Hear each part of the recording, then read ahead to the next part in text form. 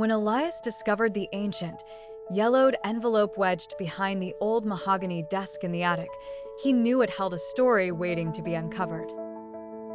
The envelope was addressed to a Miss Arabella Fortuna, but the sender's name was smudged beyond recognition. Elias, an amateur historian with a keen interest in local legends, felt a rush of excitement. The house he had inherited from his great-uncle was full of secrets, and this letter was just the latest in a series of intriguing finds.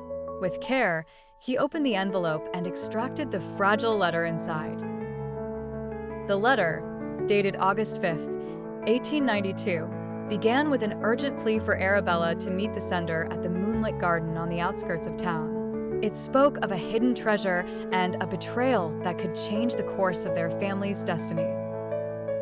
Intrigued, Elias decided to dig deeper. His first stop was the local library, where he searched through old newspapers and town records.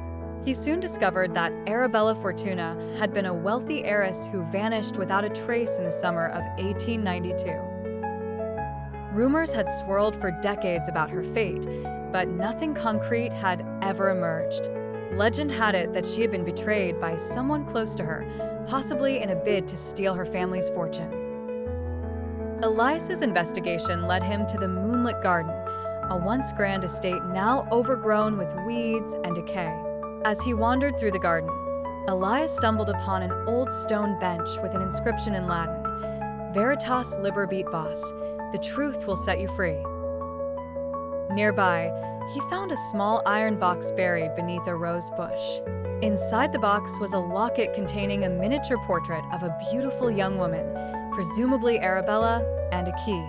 The key bore a mysterious symbol that Elias recognized from his research as the mark of the Fortuna family. With the locket and key in hand, Elias returned to the dusty old house. He spent days scouring the place until he finally found an ancient, ornate chest hidden in a secret compartment behind the wall in the study. The key fit perfectly. Inside the chest, he found a collection of journals and letters that detailed Arabella's life, her hopes, and her fears. The most shocking revelation was a letter from Arabella herself, dated the day she disappeared. In it, she wrote about discovering a plot by her cousin to steal her inheritance and how she planned to fake her own death to escape his clutches. She provided instructions to whoever found the chest on how to locate her and help her reclaim her rightful place. Elias followed the clues left by Arabella and found himself on a journey that led him across the country. He pieced together the story of Arabella's life after her supposed death, uncovering how she had assumed a new identity and lived out her days in relative peace. In a small town far from where she had grown up, Elias found Arabella's final resting place, a modest grave marked simply with her assumed name. Deeply moved, Elias arranged for her to be reinterred in the family plot, ensuring that Arabella Fortuna's story would finally be told and her legacy remembered.